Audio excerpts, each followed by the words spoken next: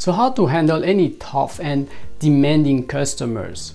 When you are facing customers daily, you are probably facing any kind of difficult and unreasonable requests, from solving immediately complex problems to reducing cost and timing, or just even handling your customers' frustration on the day-to-day issues. I am going to give you 9 strategies to help you to confront any difficult situations with your customer. And this is based on my 4-year experience managing projects around the globe in one of the toughest industries where quality, cost, and speed of execution is under strict control. Let me share with you my best practices. Strategy number 1. Listening is power. In a negotiation, who has the most power? The speaker or the listener? And most people think that speaking is power because speaking is forcing to listen and pushing ideas. However, this concept is wrong. Why? One of the phases of negotiation is information gathering. You want to know where your customers' requests come from. What is bothering him? Why does he need you to perform this task? Why does he need it to be done as soon as possible? For example, your customer is asking you to achieve a tight deadline. You want to know why. Why is it important to your customer? You want to know as much as possible while giving as little information from your end as possible. Even though sometimes you have to give information, but you have to keep it under control.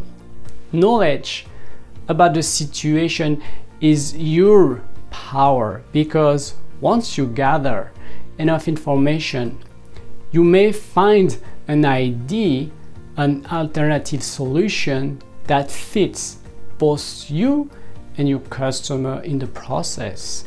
So you want to make it a win-win as much as possible. Let your customer describe his problem and let you be the problem solver. Find a solution to his problem.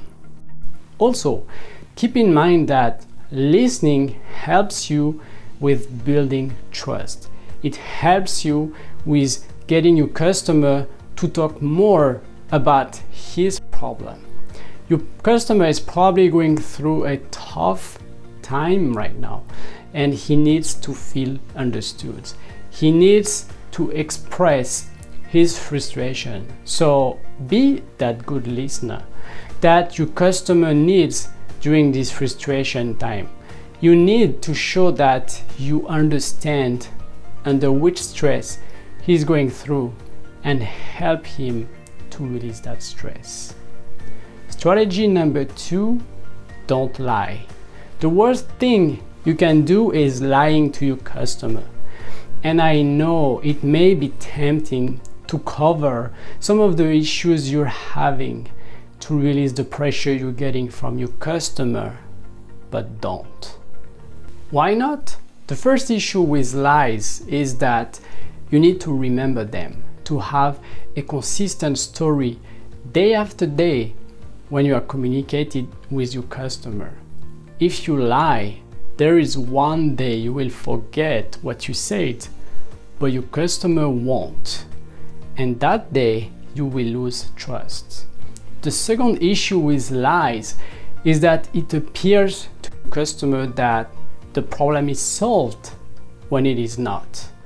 And your customer could ask you to solve other problems where you're still facing the last issue. So to cover your lie, you have to lie again and again until the problems stack up and you can't solve them anymore. The last thing you want is to lose trust from your customer. your relationship with your customer is based on trust. When there is no trust, then your customer overwhelms you with requests, proof, data to confirm that what you say is the truth. And that's the worst thing to happen. Because let's face it, when you're already fixing a problem, how can you find more time to make presentation for your customer? Plus, now that the customer is upset, you may spend even more time explaining your management and stakeholders what's going on. So just don't lie. It's not worth it. Strategy number 3, prepare, prepare, prepare. Before the call or the meeting, take the time to prepare. You prepare your schedule, you prepare your reports, prepare your data. There is no such a thing as over preparation. Which question is your customer going to ask you? Who will be on the phone? What will be your customer's objections? And how are you going to handle them? And keep in mind that preparing your meeting gives you confidence. And when you speak with confidence, you transfer that confidence to your audience. And if your audience trusts you, the fewer questions, the fewer objections they will ask you. So the more you prepare, the less you will suffer during the meeting. Strategy number 4, bring the expert. Bring expertise to the table. I have been on several calls where I had an expert attending the meeting with me. And having an expert at the table shows that you're taking the problem seriously, that you're bringing your best people to address the problem and answer the questions. And the interesting thing is that having an expert on the meeting doesn't mean he will get questions. Having the expert on the call increases the trust of the customer and reduces the number of questions. I've been in some situation where the expert didn't get any questions during the call. His presence was enough to bring trust that the problem was under control. So remember, it's all about creating a trusted environment with your customer. Strategy number 5, relax and take your time to answer. If during a face-to-face interaction or phone call you don't know how to answer a question, if you're not sure and you don't want to commit, tell the customer that you will answer later. The wrong thing to do is to say something wrong to your customer. So no rush, no panic. Tell your customer that you need to check and you'll answer later. Sometimes what I do when I feel the answer will be too painful on the phone, I mention that I need to check and will answer later. Then I send an email a few hours later announcing the bad news. That allows your customer to digest the bad news before the next meeting. Strategy number 6, pad your schedule and costs. How much padding you need depends on your customers. Each customer is different. Some are reasonable and understanding, but some can be tough and demanding for no reason. So the more you negotiate your timing and price at the beginning, the less you will suffer later in the project.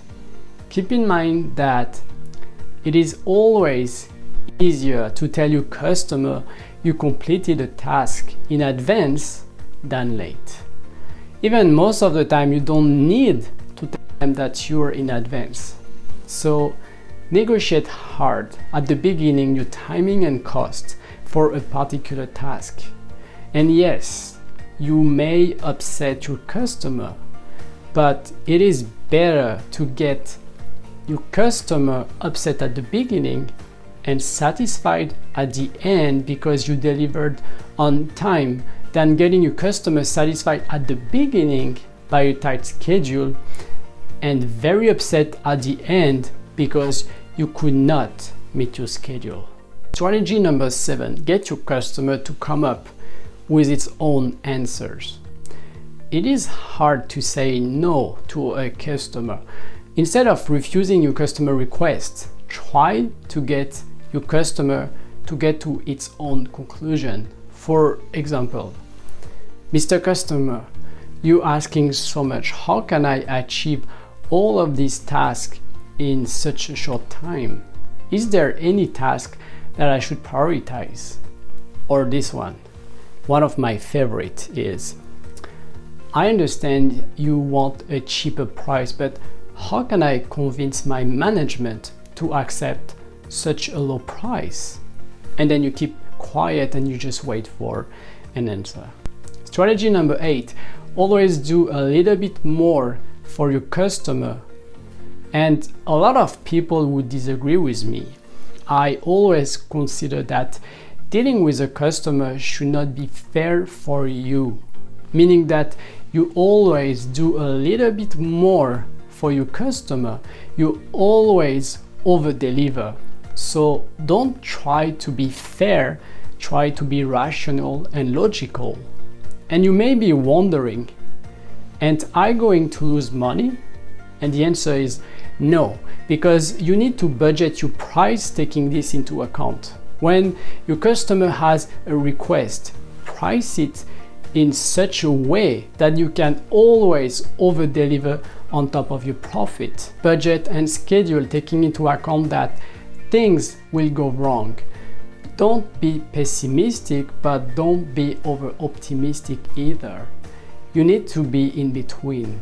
Customer satisfaction and results do matter. Strategy number 9, it's a numbers game. Nobody is born with the ability to convince, persuade, influence. And yes, some of us are more at ease, but anybody can get this skill. How? Just practice, practice, practice. There won't be such a thing as over practice. Even me, I am still practicing every time I can. There's always a better way to handle a certain situation. Every customer interaction is so valuable to me. When I say something, when I write something, I observe the impact that it triggers on my customer and I learn from it. Sometimes you may say the wrong things, and that's okay as long as you learn from it.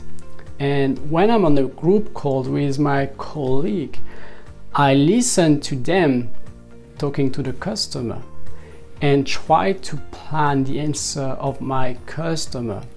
And it is only with that mindset that you will become better and better at communicating and negotiating with your customer. To become an expert, it is estimated that you need 10,000 hours of practice. So where are you in your journey to become this expert?